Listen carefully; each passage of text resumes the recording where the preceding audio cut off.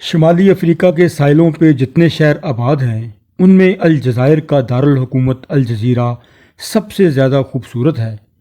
اس کی عمارتیں بحیرہ روم کے پانیوں سے اٹھ کر پہاڑیوں کی سرسبز ڈھلانوں تک چلی گئی ہیں۔ عرب اس شہر کو انگوٹھی میں جڑا ہوا نگینہ کہتے ہیں۔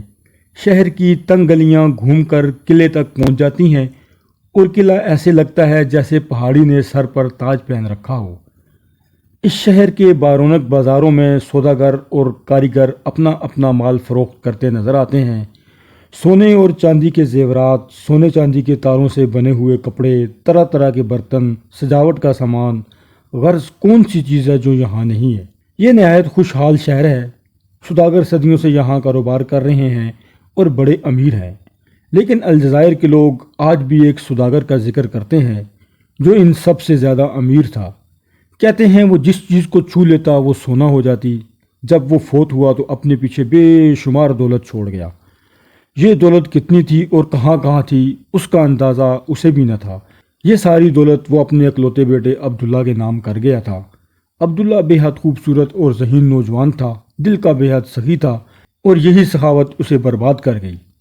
وہ کسی کو مایوس نہ کرتا تھا، ہر ایک کی ضرورت پوری کرتا تھا، دوستوں کی خوب خاطر مدارت کرتا، انہیں خوب کھلاتا پلاتا۔ غیروں کے ساتھ بھی اس کا یہی سلوک تھا۔ اس کے گھر کے دروازے سب کے لیے کھلے تھے۔ اس کے دسترخوان پر ایک ایک وقت میں 100 مہمان کھانا کھاتے تھے۔ ایسی شاہ خرچی کی سبب سال کے اندر اندر سارا روپیہ خرچ ہو گیا اور عبداللہ بالکل پھانک ہو کر رہ گیا۔ اسے باپ کی طرح کاروبار کرنے کا سلیقہ نہیں تھا۔ اب اسے الجزائر میں رہتے ہوئے بھی شرم آتی تھی کہ لوگ کیا کہیں گے کہ ایسا امیر آدمی اتنا غریب ہو گیا۔ یہ سوچ کر عبداللہ نے اپنے باپ دادا والا گھر بھی بیچ دیا اور اس پیسے سے اپنے قرض ادا کیے۔ پھر گھوڑے پر سوار ہو کر بحیرہ روم کے ساحل پر چلتا ہوا دور نکل گیا۔ وہ کہاں جا رہا ہے اسے کچھ خبر نہ تھی۔ سب سے پہلے اس کے راستے میں گھنا جنگل آیا، اتنا گھنا کہ اس میں دن کے وقت بھی اندھیرا تھا۔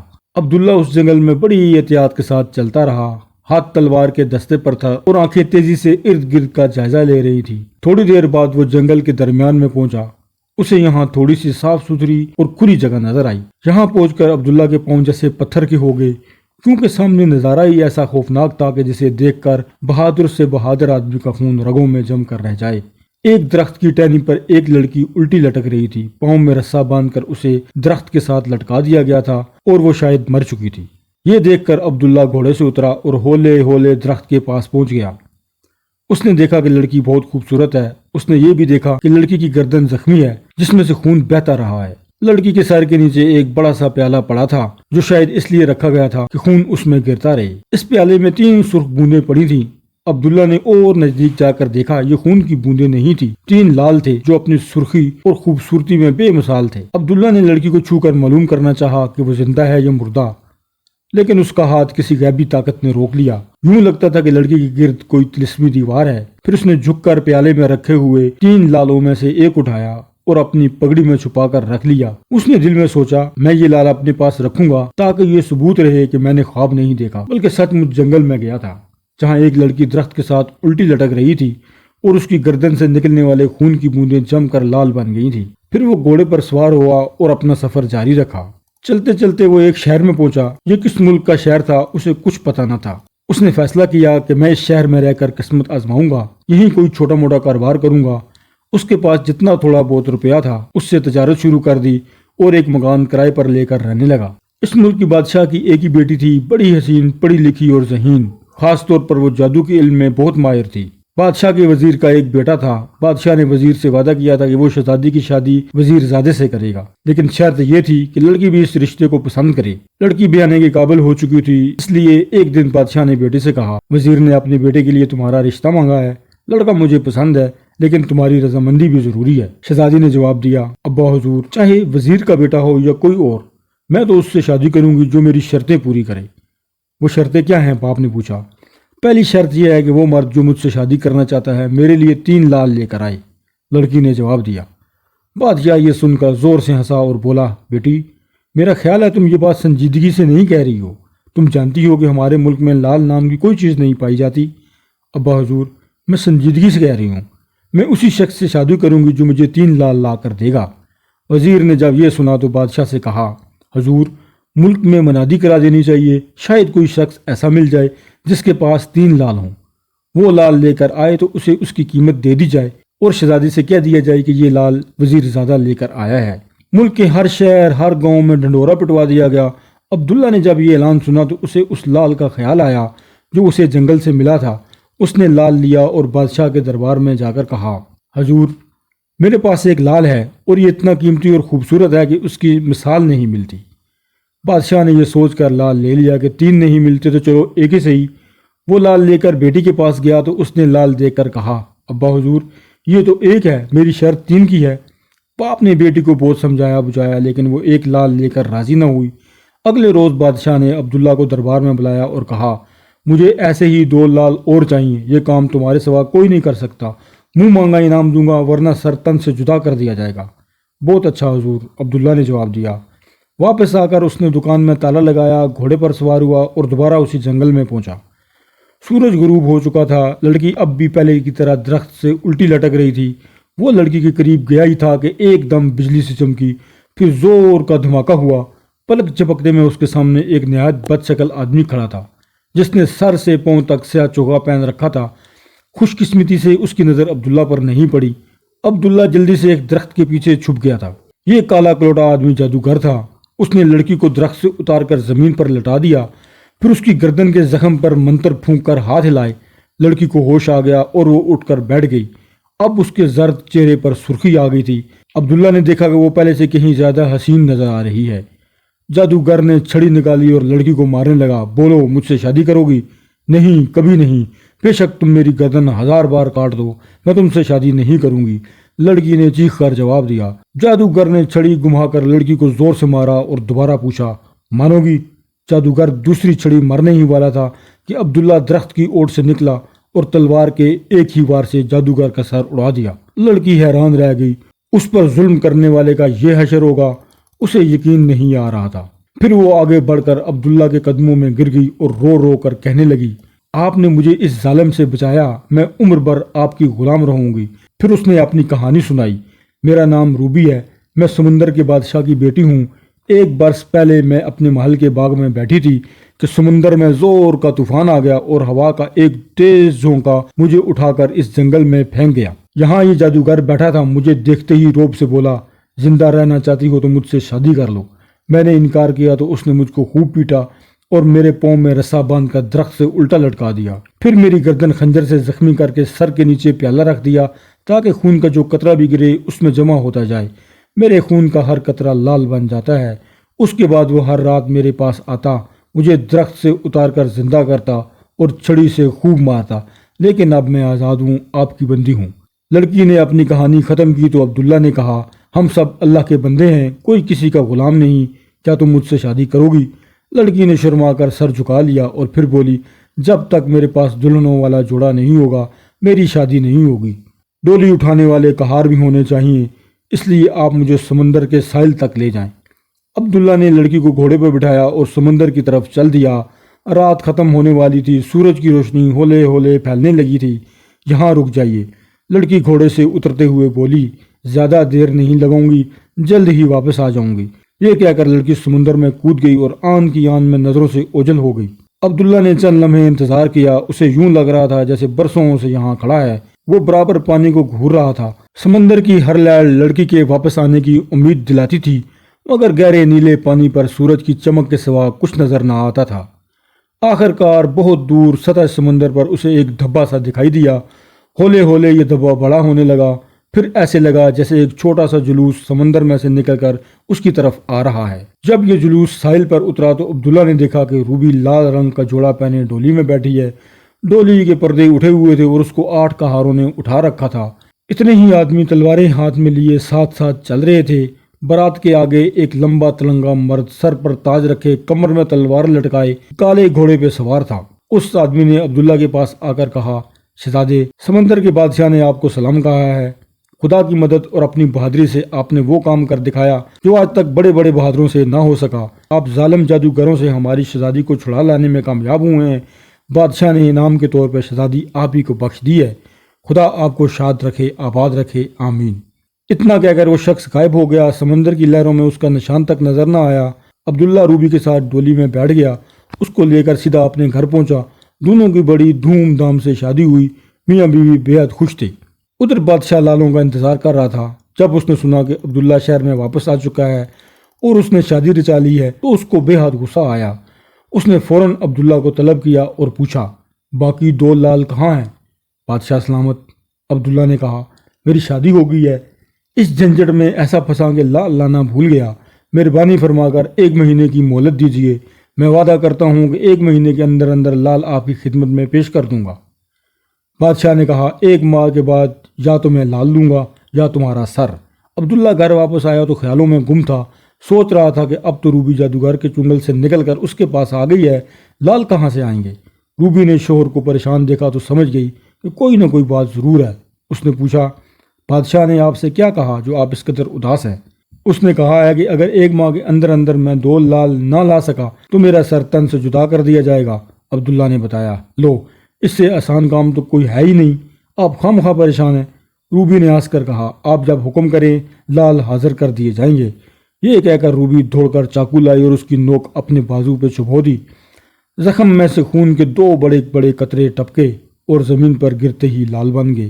عبداللہ نے لال اٹھا لیے، روبی کا شکریہ ادا کیا اور سیدھا بادشاہ کے پاس پہنچا۔ بادشاہ نے عبداللہ کے ہاتھ میں لال دیکھے تو خوش ہو کر بولا، کہو کیا انعام دوں؟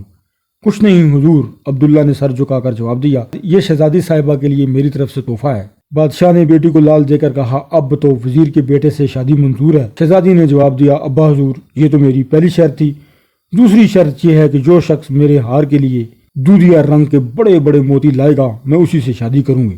میری بچی ایسی موتی تو ملک بھر میں نہیں، تم کیسی ناممکن چیزیں مانگتی ہو؟ یہ میں بھی جانتی ہوں کہ ایسے موتی ہمارے ملک میں نہیں ہیں، لیکن جو شخص 3 لال لایا ہے وہی میرے ہار کے لیے یہ موتی بھی لا سکتا ہے۔ اگلے روز بادشاہ نے پھر عبداللہ سوداگر کو بلا بھیجا اور جب وہ آیا تو اس نے کہا، مجھے دودھیا رنگ کے سچے موتی چاہیے تاکہ میری بیٹی اس کا ہار بنا سکے۔ میں تمہیں منہ مانگا انعام دوں گا ورنہ سر قلم کر دوں گا۔ لے آؤں گا حضور، بیچارے عبداللہ نے سر جھکا کر کہا۔ گھر پہنچتے ہی عبداللہ نے یہ کہانی روبی کو کہہ سنائی اور کہا، موتی اتنے ہوں گے کہ شہزادی کا ہار بن سکے۔ ٹھیک ہے، روبی نے کہا، بادشاہ کو موتی بھی مل جائیں گے۔ یہ کہہ کر اس نے جلدی جلدی ایک چٹھی لکھی، پھر اسے بند کر کے اس پر اپنی انگوٹھی کی مہر لگائی اور عبداللہ کے حوالے کرتے ہوئے کہا، سمندر کے ساحل پہ اس جگہ چلے جائیے جہاں سے میں نکلی تھی، وہاں کھڑے ہو کر 3 بار پکارنا، اے سمندر کے بادشاہ، اے سمندر کے بادشاہ، اے سمندر کے بادشاہ۔ 3 بار کہہ چکو گے تو ایک ایلچی آئے گا، اس کو یہ چٹھی دے دینا، ڈرنا ہرگز نہیں، خواہ وہ کیسا ہی ہو۔ ایلچی چٹھی لے کر چلا جائے تو وہیں انتظار کرتے رہنا، خواہ 1 دن لگے، 2 دن لگیں یا 3 دن، اس کی واپسی تک وہیں کھڑے رہنا۔ عبداللہ نے چٹھی لی اور گھوڑے پر سوار ہو کر سیدھا سمندر کے ساحل پر پہنچا۔ پھر اس نے 3 بار بلند آواز سے پکارا، اے سمندر کے بادشاہ۔ آخری لفظ اس کے منہ میں تھا کہ پانی کی سطح پر ایک سیاہ جن نمودار ہوا، وہ عام آدمی سے 10 گنا بڑا تھا۔ عبداللہ نے چٹھی اس کی طرف بڑھا دی، وہ چٹھی لے کر غائب ہو گیا۔ عبداللہ نے 3 دن اور 3 راتیں سمندر کے کنارے گزاری۔